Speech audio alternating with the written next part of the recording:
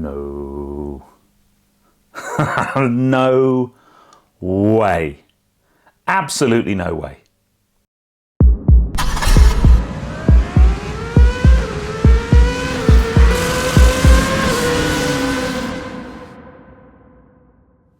Hey guys, and welcome to Petrol Ped.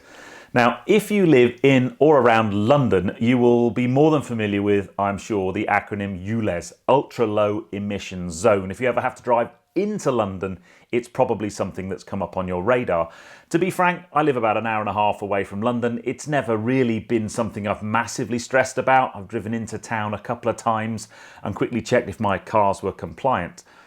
But a good mate of mine has really had ULEZ thrown at him recently. Paul, who has had a couple of cars on the channel, 675 LT McLaren and a beautiful Lotus Exige 430 Cup. Well, Paul's got some lovely cars, and a few months ago, his pride and joy, his MX-5, I noticed that he'd sold it. And I sent him a message and said, "What? I can't believe you've sold your MX-5. Why?" And he went, "It's not ULEZ compliant with the new ULEZ rules that come into play in August. On August the 29th in London, and the same kind of thing is happening in other cities around the world. So this video is not purely a London-centric thing, but the ULEZ zone is going to expand to all London boroughs. And basically that means if your car isn't ULEZ compliant, to drive in that zone is going to cost you £12.50 a day on every day of the year except Christmas Day. And Paul lives in one of those zones, and therefore his pride and joy is going to cost him £12.50 to run every day, and he simply couldn't keep the car and had to sell it. And that really annoyed him. So what he went off to do is find out what cars could be ULEZ compliant that were quite cool. Now, I'm going to read a few things. First of all, we need to know what cars are ULEZ compliant. Let's talk about petrol cars first. I'm going to read it so I don't get it wrong. Petrol cars, they need to be Euro 4 emission standards is the minimum. Generally, that means a petrol car that's sold after September 2005 should automatically be okay, although Euro 4 cars were first introduced as far away or as long ago as 2001.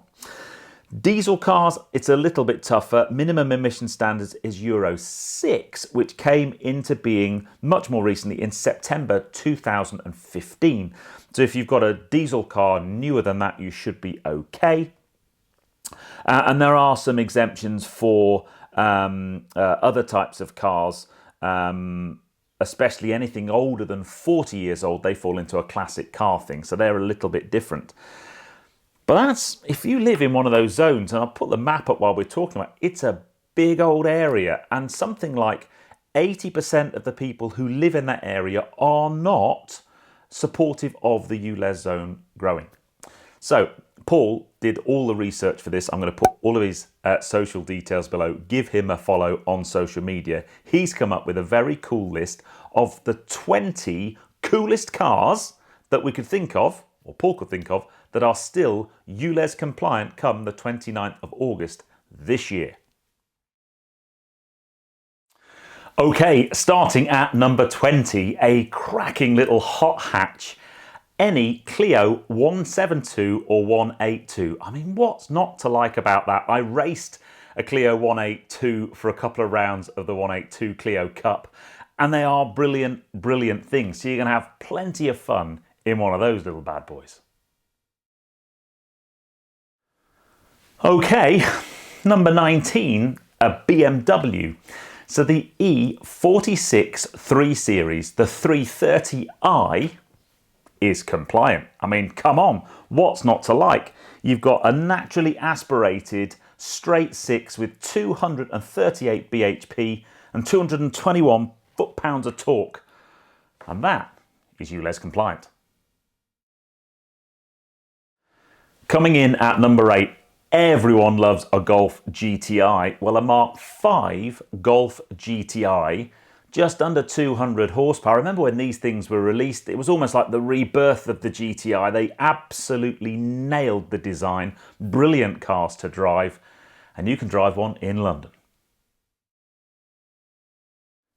Number 17 is going to shock you. It certainly shocked me.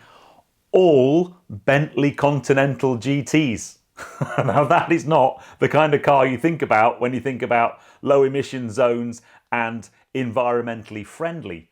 But yes, all Bentley Continental GTs are ULEZ compliant. They might not be the most fuel efficient thing to drive around London, but boy oh boy are they cool.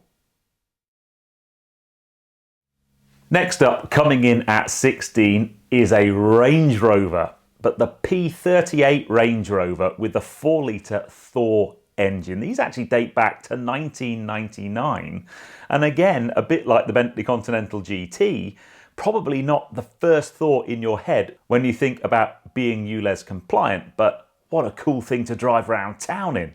Proper Chelsea tractor. Now, number 15, something definitely after my own heart, a Honda S2000, anything from 2001 onwards. Now, I owned a Honda S2000, still one of the best cars I've ever owned. I did nearly 100,000 miles in that car, and apart from tyres and a battery, it literally was faultless. An amazing car, one of the best 2-litre engines ever made, in my humble opinion. One of the most powerful bhp per litre 2-litre engines ever made as well, and it has a 9,000 RPM redline. Honda S2000, yes please.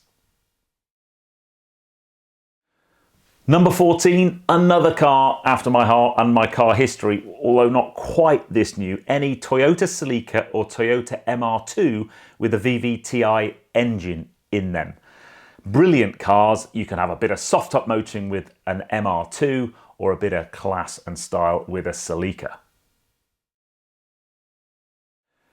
Number 13, little bit of Marmite on this one, but basically an MGF. From 2000 onwards, the MGF is ULEZ compliant.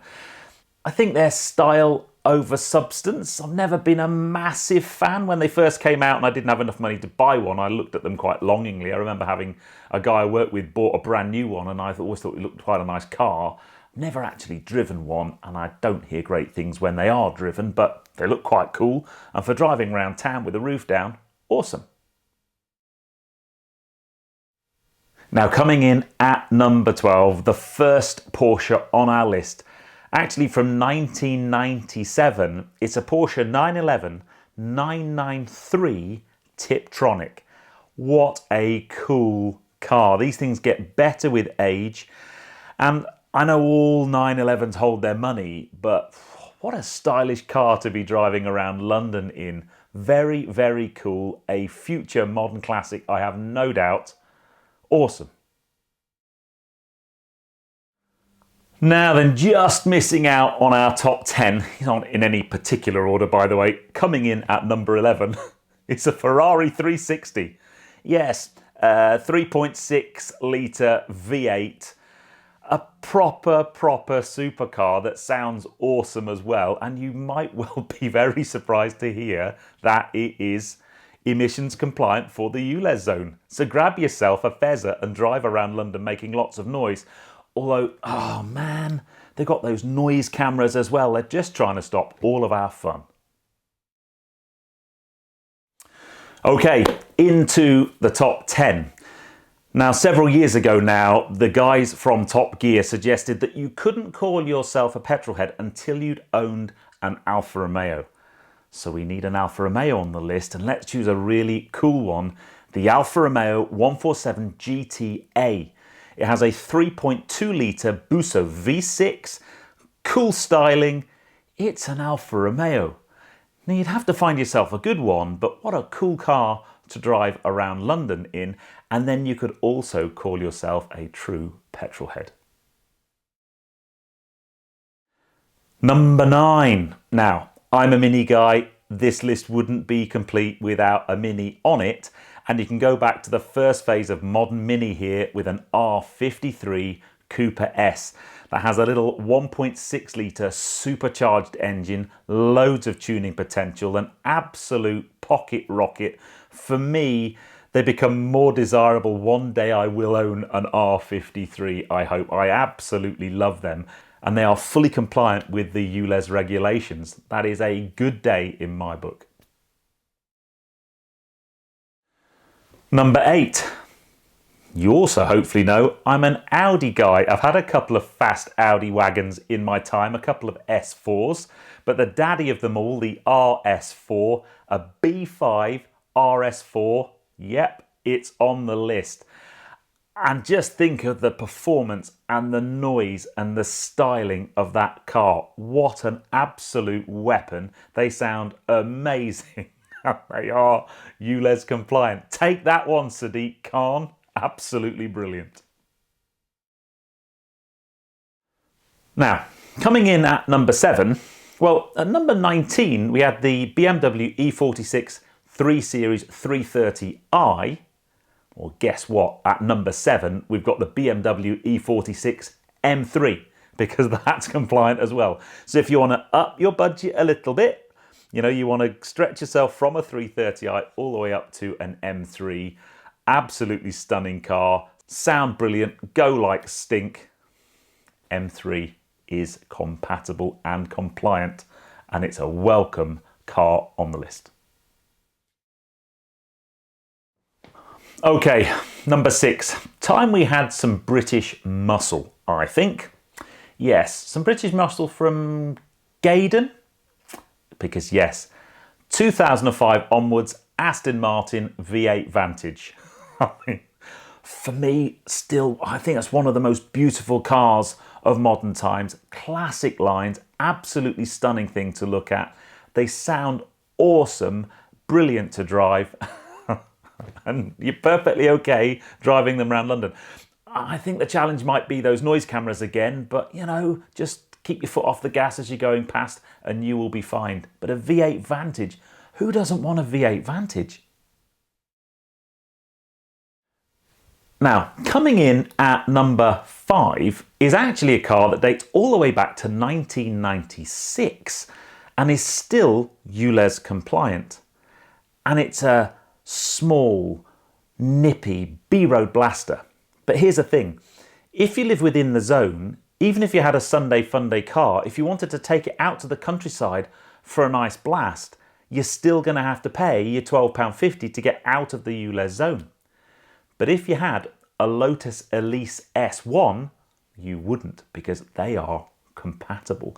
I mean, they'd be great for driving around town. I know you have to be the right frame to get in and out of them easily, but they are a stunning car, an absolute design classic. And I know that when Paul got rid of his MX-5, one of the cars he considered replacing that with was a Lotus Elise S1, because they're kind of a similar format. Not too much power, brilliant down a B road, great handling, lightweight, all of the things that a driver's car should be. And most importantly, ULEZ compliant. Coming in at number 4. Imagine though that you wanted a little bit more power. Let's say 476 horsepower from a big burbly V8. Well, how about a Mercedes SL55 AMG from 2005 onwards? I mean, they are beautiful things. They're so well put together. They've got all the toys. They've got the retractable hardtop roof. They sound awesome. And yes, you can drive them in the ULEZ zone without paying any penalties. Very tempting. Now, coming in at number 3, the second Porsche on our list, the first of them in the top 10 though, and we're going big guns. You may not believe that this is on the list, I certainly didn't. It's a 911 and it's from 1999. It is a Porsche 911 996 generation GT3. Yes, we've got a GT3 on our list. Now, I drove one of these on the channel at the back end of last year, and even though it's over 20 years old as a car now, it drove beautifully, so tight, and just such an awesome car. I know we're upping our budget quite a lot, and they're probably a bit more tricky to get hold of, but you can drive a GT3 round London and not worry about ULEZ. That's got to be celebrated. Okay, coming in at number 2 is actually another car that predates the 2001 watershed. This actually goes back to 1996. Now, Number 3 was a 911. If your budget can't quite stretch to a 911, especially a GT3, which mine can't by the way, how about a 986 Boxster? Yes, 986 Boxster, ULEZ compliant. There are loads and loads of them out there. You can pick them up for pretty good money. In fact, Paul has one of these himself. It is a stunning, stunning car. It's in as new condition, yet it's still got a good number of miles on the clock. And actually last year we bumped into each other in Antibes in the south of France because Paul was on a road trip in his Boxster. It's a beautiful, beautiful car and it's on the list. And I think for me, it's one of the more attainable cars on the list. It looks cool, it's a Porsche and it's ULEZ compliant. Okay, coming in at number 1. Now there wasn't any particular order to this list, although when Paul put it together, I'm pretty sure he did the top 10 first, then added the second 10. And the top 10 does include some amazingly cool cars. But when I saw this list, Paul actually posted it on his Instagram a few weeks ago, and I saw it and I looked at number 1 and I went, there's no way that that can be on the list. Absolutely no way. So coming in at number 1, you may well be as surprised as me to hear that a TVR Cigaris is ULEZ compliant. I mean, for me, it's one of the coolest cars TVR ever made. I love the way the exhausts come out the side. It's got a little Perspex spoiler on the back. A completely bonkers car. And you can drive one of those around London and that's ULEZ compliant. And I think you'd probably find a lot of people giving you a look going, really? But yes, there you go. Anyway, I hope you've enjoyed that. Bit of a fun look at 20 cars that you can drive in the new ULEZ zone from the 29th of August 2023 and not pay a fine. I've got to thank Paul massively for doing all the research. I am claiming absolutely no credit for this video whatsoever. Give him a follow on Instagram and put in the comments below either which one of those 20 would you choose, or if you live in that extended ULEZ zone, have you done any research about whether your car's compliant or what car you would like to buy that you think is compliant? I would love to start a debate on this one, but if you enjoyed that video, please give me a thumbs up. Comments below are always welcome, and if you haven't done so already, please subscribe to Petrol Ped for plenty more content to come, and I'll see you on the next film. You take care, guys. Drive safe. Now, I'm off to Auto Trader to see if I can buy myself a TVR Cigaris.